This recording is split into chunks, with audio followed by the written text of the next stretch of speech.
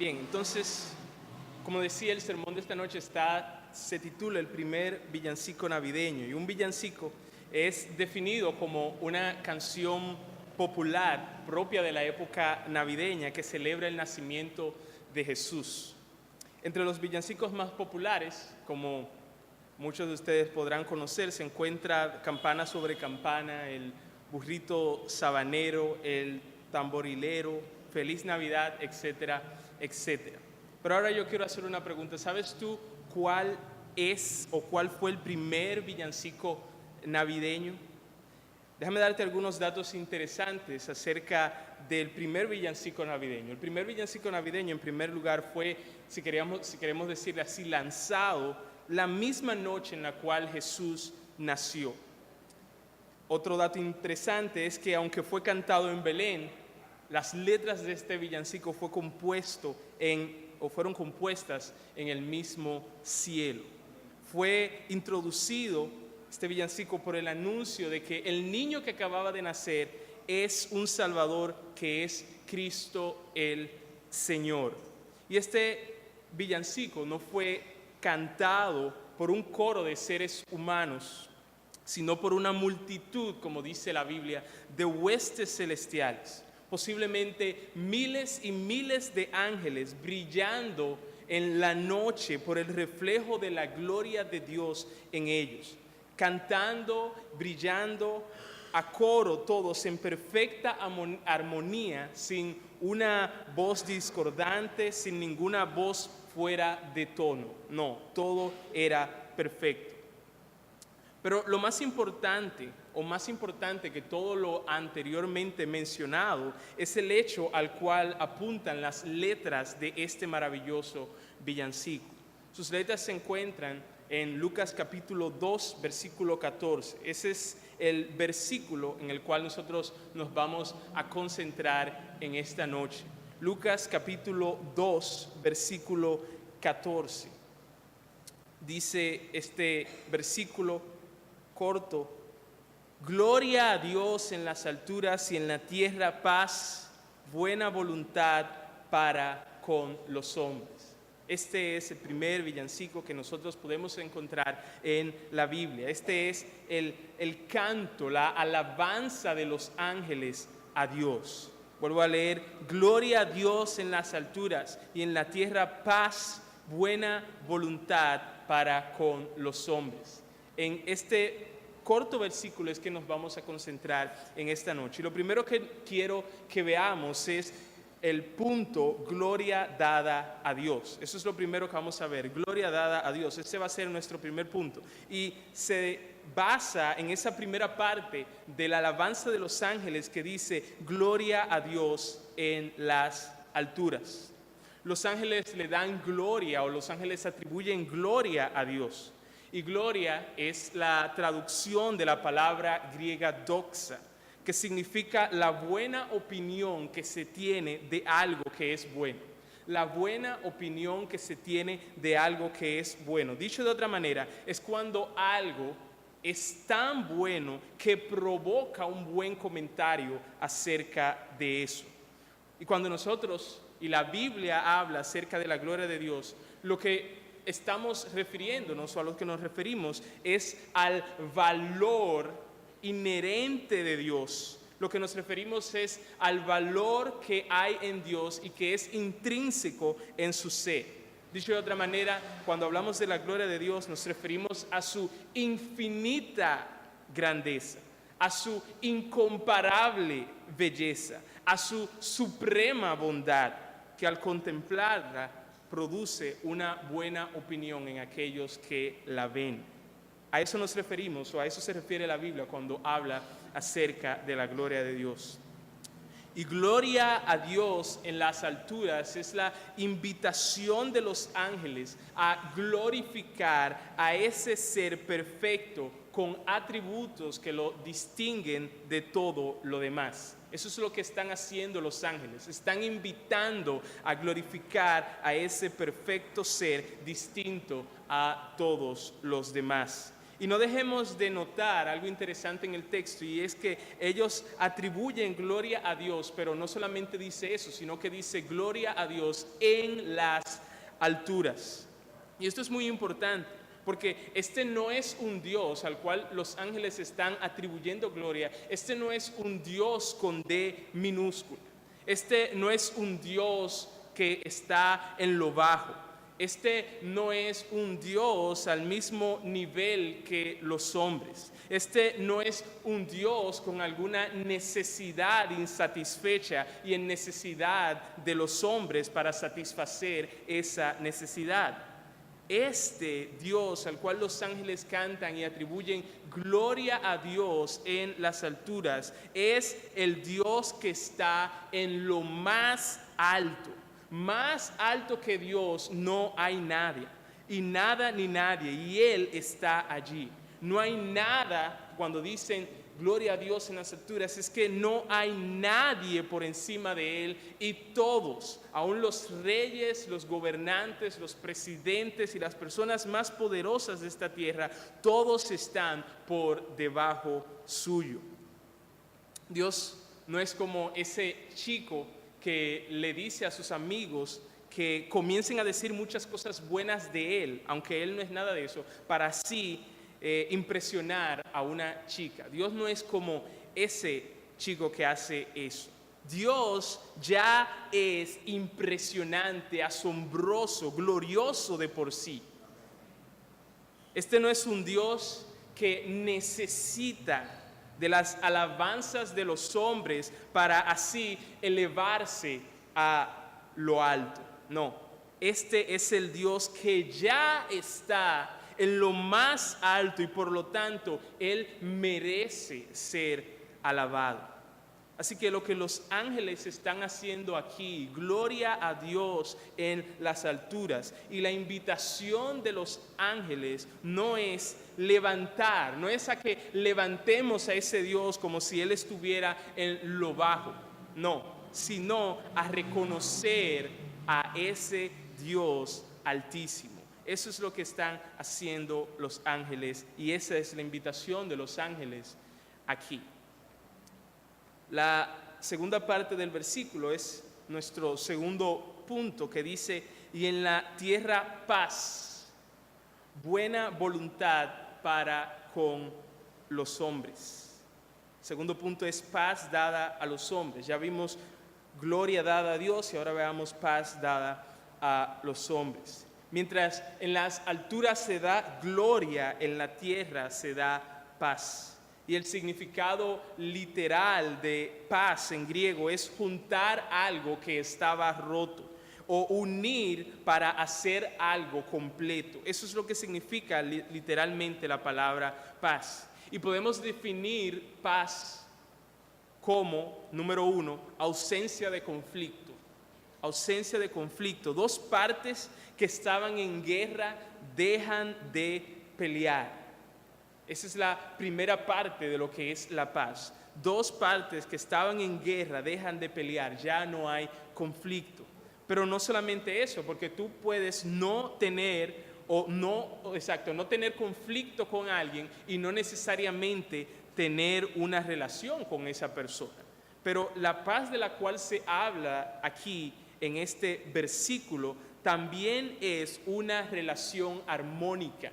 No es solamente ausencia de conflicto, sino que también es una relación armónica. Las dos partes que peleaban ahora tienen una relación estrecha. Esas dos partes que ahora estaban en conflicto, ahora tienen una comunión íntima. Esas dos partes que antes estaban enemistadas, ahora tienen una buena amistad. Y esa es la paz de la cual se habla en este versículo. Y la última parte de este versículo ha sido traducida de distintas formas en diferentes versiones de la Biblia. Por ejemplo, la versión que acabo de leer, la Reina Valera del 1960, traduce, y en la tierra paz, buena voluntad para con los hombres. Pero cuando leemos en la Reina Valera actualizada, la de 2015, nosotros tenemos la siguiente traducción, y en la tierra paz entre los hombres de buena voluntad. Pero cuando vamos a otra traducción, a la versión Las Américas, leemos que se traduce: y en la tierra paz entre los hombres en quienes Él se complace. Y la pregunta es, ¿cuál es la traducción correcta? Y lo que yo voy a hacer ahora es un poco técnico en este párrafo que voy a compartir con ustedes, y después voy a darle en resumen lo que yo quise decir. Así que ténganme paciencia mientras leo este primer párrafo, que nos ayudará un poco a entender cuál es la mejor traducción para esta segunda parte del versículo. Dice así: esto no es un mero problema exegético del significado griego, sino que primeramente plantea un dilema relacionado con el criticismo textual. ¿Concluye acaso el himno evangélico con la palabra eucodia, es decir, una palabra griega que significa buena voluntad, o concluye con eucodias, que significa complacencia o elección?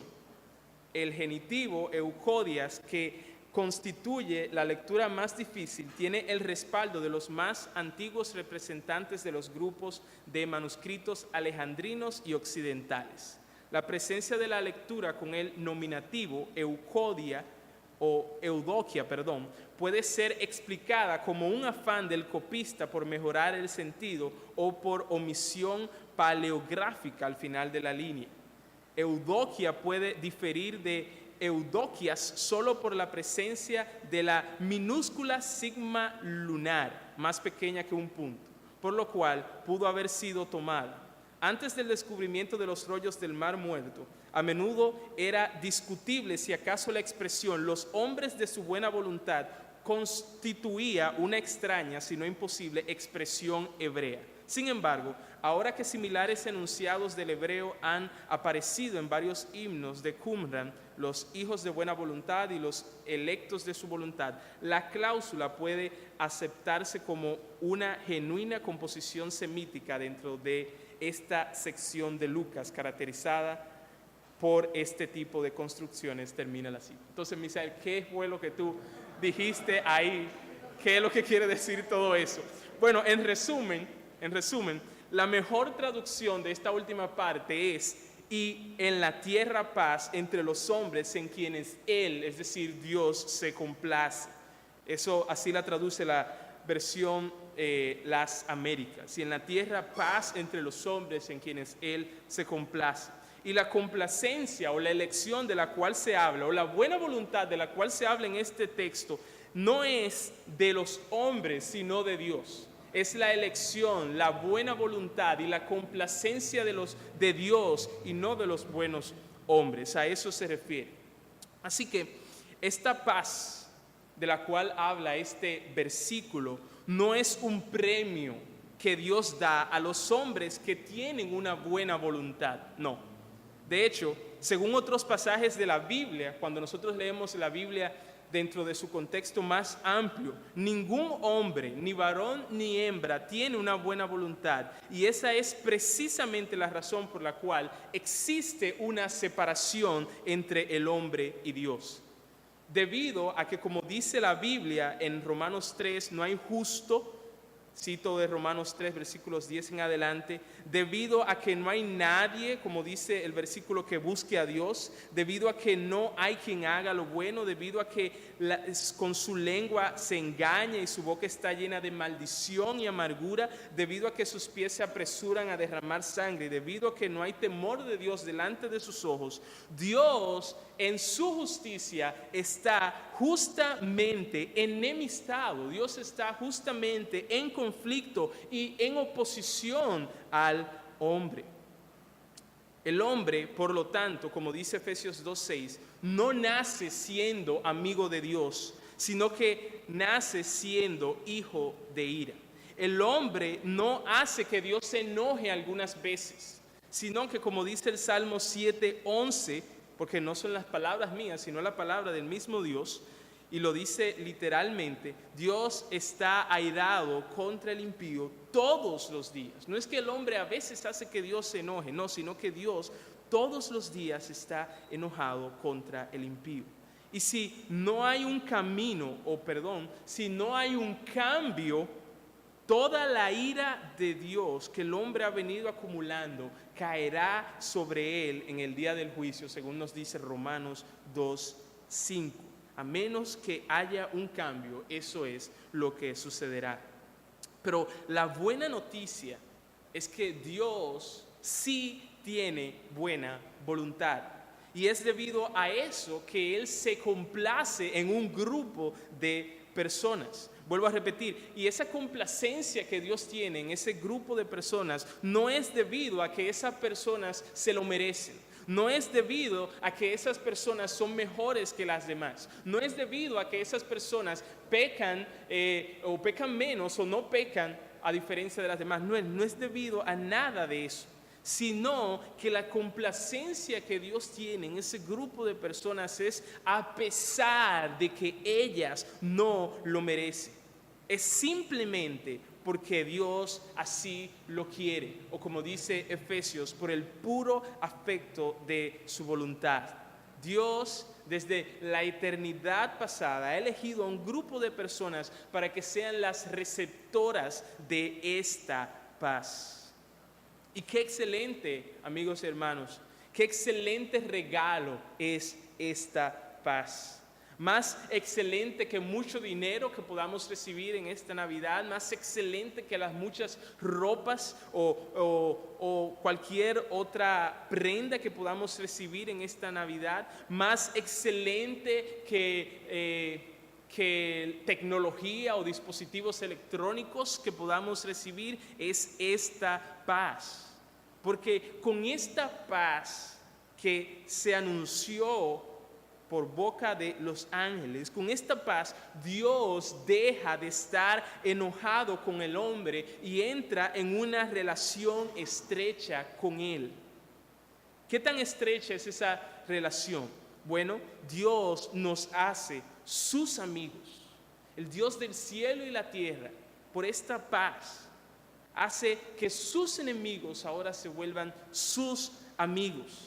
Y no solamente sus amigos, sino también sus hijos. Y no meramente hijos, sino hijos muy, muy amados por Él. Y cuando todas las demás relaciones acaben, esta relación con Dios seguirá existiendo y se extenderá en el cielo eternamente. En palabras de John Piper, él dice: la ira de Dios contra nosotros debido a nuestro pecado es descartada. Nuestra rebelión contra Él es vencida.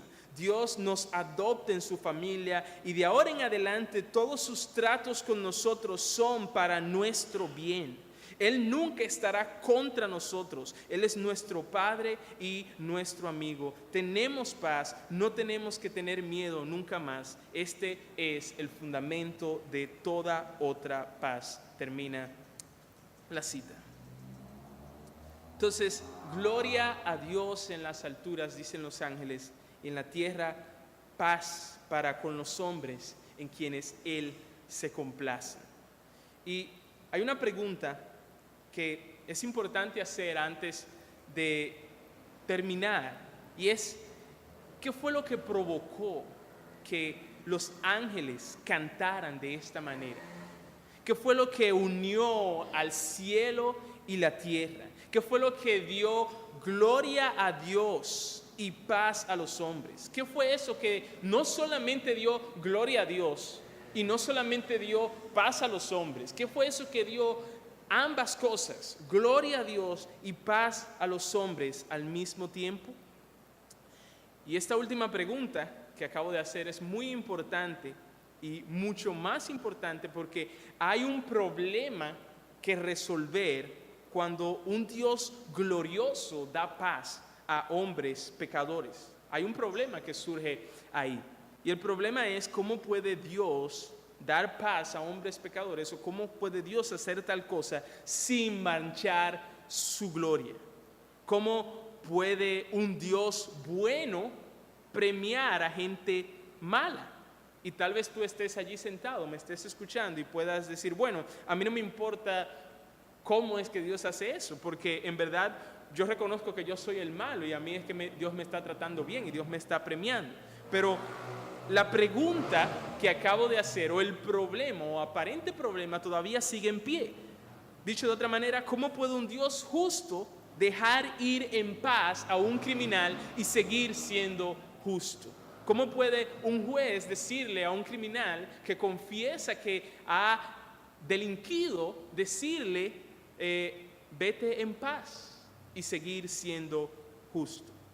Y la respuesta a todas estas preguntas anteriores, ¿qué fue lo que unió el cielo y la tierra? ¿Cómo puede Dios dar paz y dar gloria a su nombre al mismo tiempo? La respuesta a cada una de estas preguntas anteriores es el nacimiento de este niño Jesús. Ahí se encuentra la respuesta a nuestras preguntas y ahí se encuentra la solución al aparente problema.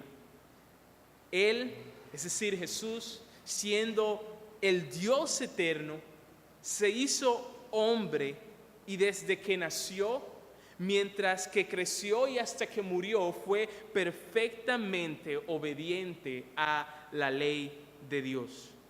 Pero aún así, aunque Él fue el único hombre que existió y vivió en la tierra, que fue obediente a la ley de Dios desde que nació hasta que murió, aún así, Él murió en una cruz, castigado por Dios como el más vil criminal, y después resucitó después de 3 días. Y aunque Él murió en la cruz como el más vil criminal, Él no fue un criminal, como dije anteriormente. Él fue actualmente aquel que obedeció perfectamente a Dios.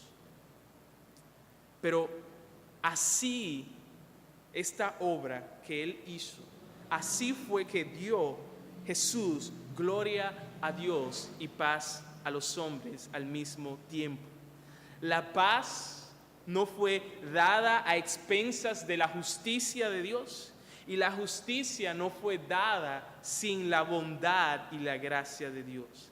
Jesús dio gloria a Dios y también dio paz a los hombres. La gloria de la justicia de Dios resplandeció cuando Jesús pagó el precio de nuestros pecados. Cuando Jesús sufrió en nuestro lugar el castigo que nosotros merecíamos, la gloria de la justicia de Dios brilló. Y la gloria de la gracia y la bondad y de la buena voluntad de Dios para con los hombres resplandeció también, porque nosotros fuimos aquellos receptores de esa paz, aquellos a quienes Dios dirigió su buena voluntad. Y de esa manera Jesucristo, al venir, al vivir, al morir y al resucitar, da gloria a Dios por un lado y da paz a los hombres por otro al mismo tiempo. Y la Biblia, hermanos y amigos, no concibe esta paz aparte de Jesús. Aparte de Jesús es imposible tener esta paz. Él es llamado el príncipe de paz por el profeta Isaías en Isaías 9:6. Y el apóstol Pablo dijo acerca de Jesús, Él es nuestra paz en Efesios 2:14. Y todo eso es porque el castigo, como dice el mismo profeta, el castigo de nuestra paz fue sobre Él. Así que sí, la paz es gratis para ti y para mí. Esa paz con Dios es gratis para ti y para mí, pero tuvo un alto costo para Jesús.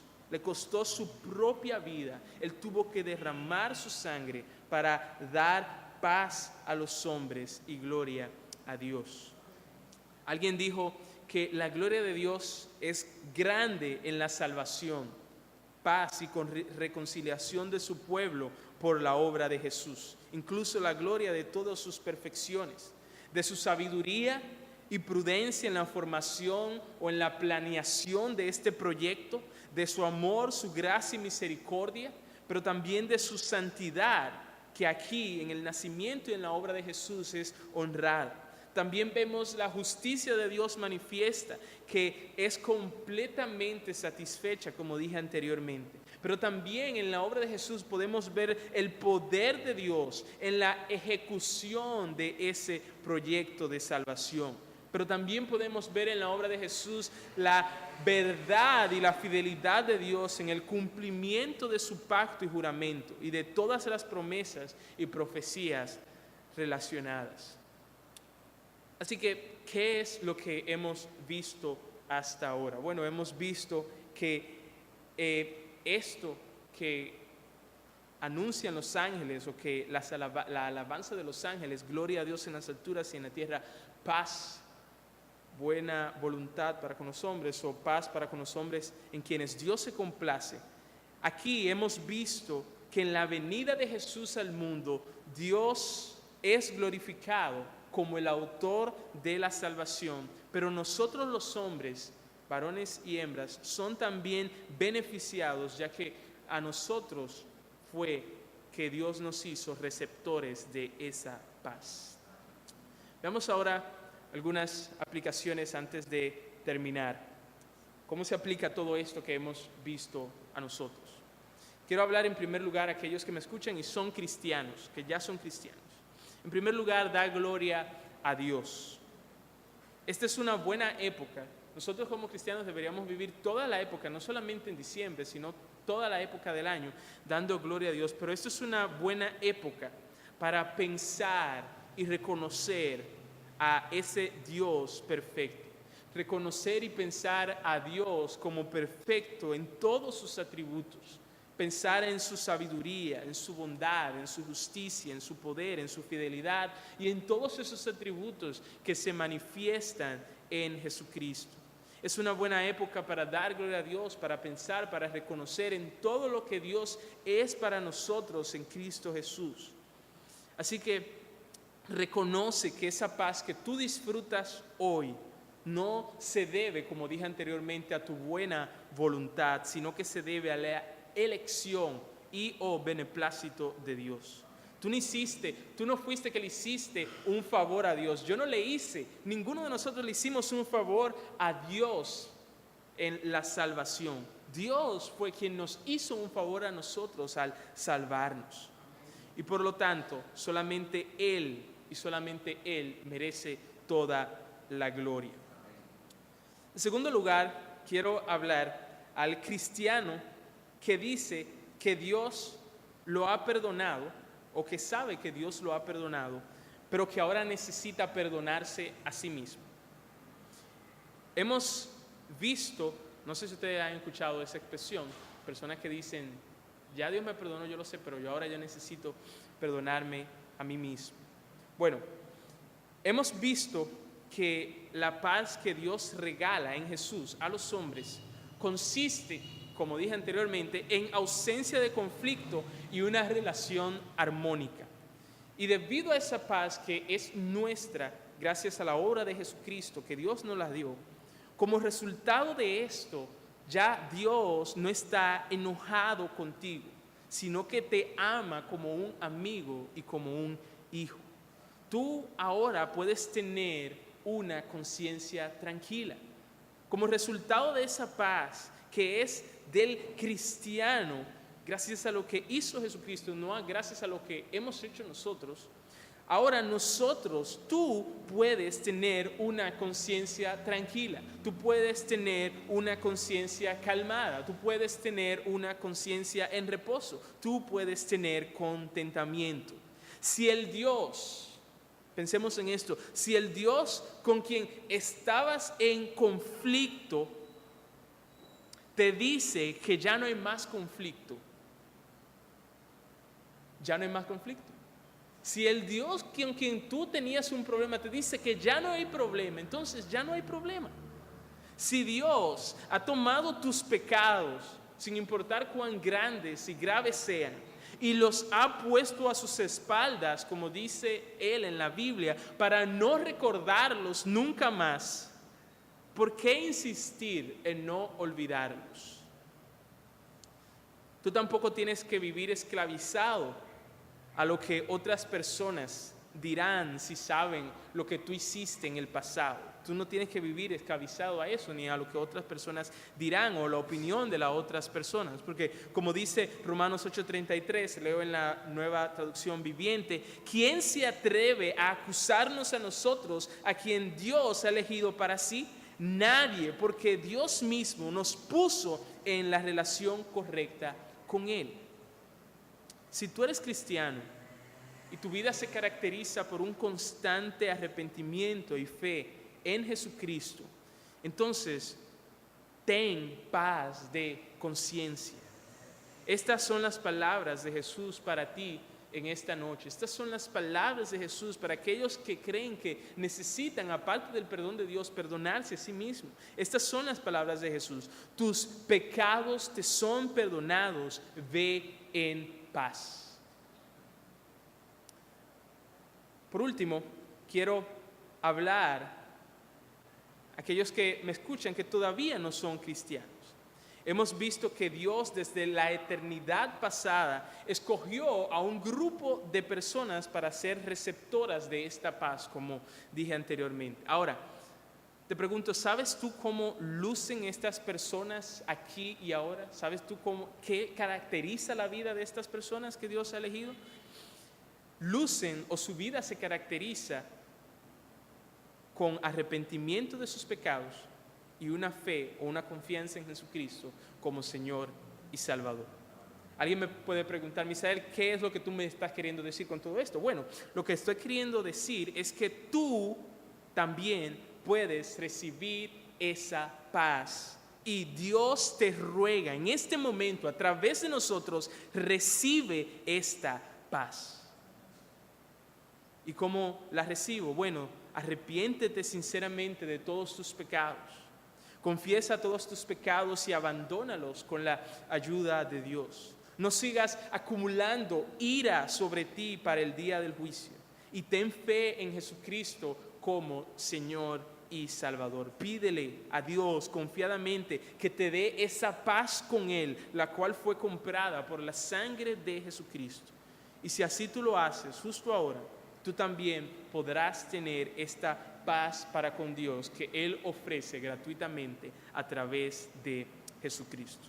Así que, una vez más, terminamos con la alabanza de los ángeles. Gloria a Dios en las alturas y en la tierra paz, buena voluntad para con los hombres. Vamos a